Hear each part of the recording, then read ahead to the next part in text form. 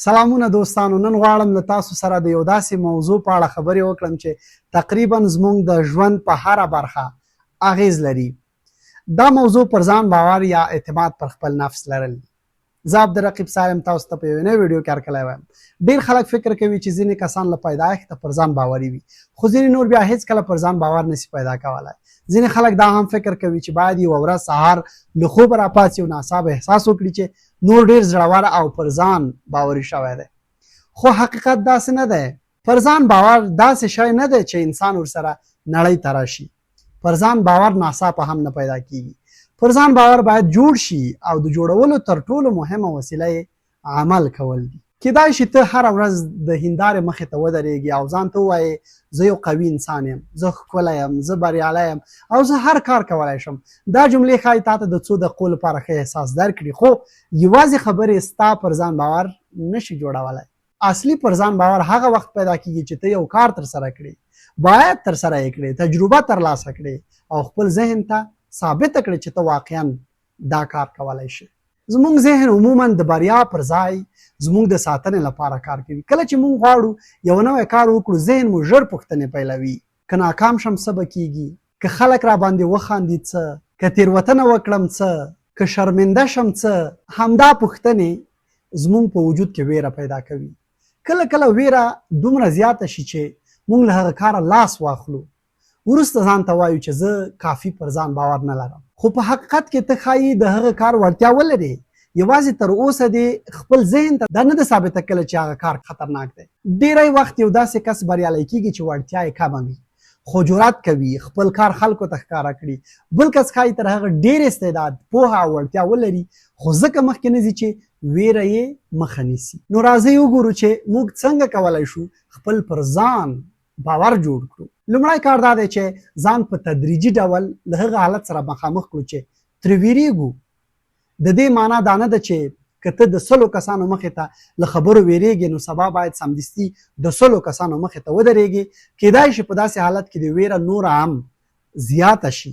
له کوچني ځایه یې پیل وکړه. که د خلکو مخې ته له خبرو ویریږې، لومړی د خپلې کورنۍ د 2 یا 3 کسانو مخې ته خبرې وکړه، وروسته د 5 کسانو مخې ته، بیا د 10 کسانو او ورو ورو لوی غونډو ته لاړ شه. که د کامرې مخې ته له خبرو کولو ویریږي، لومړی یوازې د خپل موبایل په کامره کې 1 دقیقه ویډیو ثبت کړه. اړتیا نشته چې هماغه ویډیو خپره کړې، خپله یې وګوره، تېروتنې یې پیدا کړه او بله ورځ بیا ویډیو ثبت کړه. وروسته یوه لنډه ویډیو خپره کړه. کله چې یې خپره کړې، وبه وینې چې نړۍ ختمه نه شوه، خلک ټول پر تا راټول نه شول او هغه لوی خطر چې ستا په ذهن کې و په حقیقت کې موجود لا نه و. کله چې 2م او 3مه ویډیو ثبت کړي، وبه وینې چې کار درته اسانه کیږي. همدا وړې تجربې ستا په ذهن کې پر ځان باور جوړوي. دویم کار دا دی چې د خپلو بریاوو او زړورو کارونو یادښت وساتي. زموږ ذهن ډېر وخت خپلې تېروتنې ژر یادوي، خو خپلې بریاوې هیروي. کیدای شي په 1 میاشت کې د 20 ښه کارونه کړي وي، خو ستا ذهن یوازې هغه یوه ورځ در په یادوي چې ته پکې ناکام شوی یې. د دې ستونزې لپاره یوه کوچنۍ کتابچه واخله یا په خپل موبایل کې زما بریاوې په نوم یو نوټ جوړ کړه. هر هغه کار پکې ولیکه چې تا ته سخت وي خو بیا دې هم ترسره کړی وي. د بیلګې په توګه نن مې د خلکو په غونډه کې خپل نظر بیان کړ، نن مې له یوه مهم کس سره خبرې وکړې، نن مې خپله لومړۍ ویډیو ثبت کړه او نن مې د یوې دندې لپاره غوښتنلیک واستاوه، نن مې یوه تجربه هم وکړه. کیدای شي دا کارونه نورو ته کوچني ښکاره شي، خو ستا لپاره مهم دي، ځکه هر یو یې ستا ذهن ته ثبوت ورکوي چې ته مخکې نور هم تللی شي. کله چې یو ورځ ناهیلی شي او فکر وکړې چې هیڅ پرمختګ دې نه دی کړی، خپل یادښتونه خلاص کړه. هلته به ووینې چې ته څومره بدل شوی یې، څومره وړاندې تللی او څومره داسې کارونه دې کړي چې پخوا ترې اصلا ویرېدلي. 3م کار د بدن حالت دی. کله چې ته تل سر ټیټ نیسې، اوږې دې ښکته وي، ورو خبرې کوي او نورو سترګو ته نه ګورې، ستا بدن هم تا ته د کمزورۍ احساس دربخي. خو کله چې نیغ ودرېږې، اوږې خلاصې وساتې، ژوره ساه واخلي او په روښانه غږ خبرې وکړې، خپل ذهن ته ډاډ ورکوې. له یوې مهمې غونډې، مرکې، وینا یا ویډیو مخکې څو دقیقې نیغ ودرېږه، څو ځله ژوره ساه واخله، ځان مه راټولوه بلکې بدن مو آرام او خلاص وساتئ. دا یو کوچنی کار دی، خو په هماغه شیبه کې ستا پر احساس اغیز پرې باسلی شي. څلورم کار دا دی چې پوه شو مهارت تر خبرو ډیر ځواک لري. ته یوازې په دې ویلو ښه ویناوال نشي جوړېدلی چې زه ولا ښه ویناوال یم. ته باید خبرې تمرین کړې.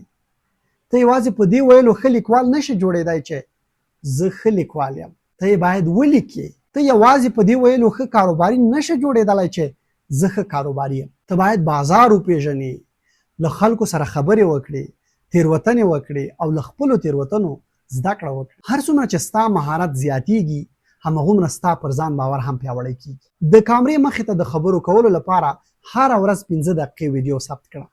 ویډیو وګوره او ځان ته په صداقت ووایه چې کوم ښه ځای و او کوم ځای ناسم و.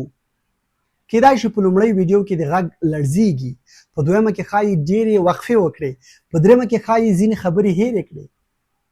اصلا دا هیڅ ستونزه نه ده. تېروتنه د دې معنا نه لري چې ته وړتیا نه لرې. تېروتنه د زده کړې د لارې یوه عادي برخه ده. پنځم کار دا دی چې له خپلې ویرې سره د دښمن په څېر چلند ونه کړې. ډېری خلک هڅه کوي چې تر یو کار مخکې خپله ویره په بشپړ ډول ختمه کړي. دوی وایي کله چې ویره مې ختمه شي بیا به یې پیل کړم. خو کیدای شي ویره هیڅکله په بشپړ ډول ختمه نه شي. زړورتیا د ویرې نه موجودیت نه دی. زړورتیا دا ده چې ته ویریږي خو بیا هم عمل کوي. ځان ته ووایه هو زه اوس ویریږم، هو لږ تشویش لرم خو بیا هم دا کار تر سره کوم. له خپلې ویرې سره جګړه مه کوه. ومنه چې ویره در سره شته خو اجازه مه ورکوه چې ستا د ژوند پریکړې وکړي. ته کولی شي خپله ویره له ځان سره غونډې ته یوسې، د کامرې مخې ته یې له ځان سره کېنوي او بیا هم خپلې خبرې تر سره کړي. هر ځل چې له ویرې سره سره یو کار تر سره کوې ویره کمزوري کیږي او ستا پر ځان باور لا قوي کیږي. شپږم کار دا دی چې کله کله د خپل قوي شخصیت مرسته واخلي. له ځانه وپوښته که زه ډېر پر ځان باوري وای اوس به مې څه کولی؟ څنګه به ولاړ وای؟ څنګه به مې خبرې کولی؟ کومه پریکړه به مې کوله؟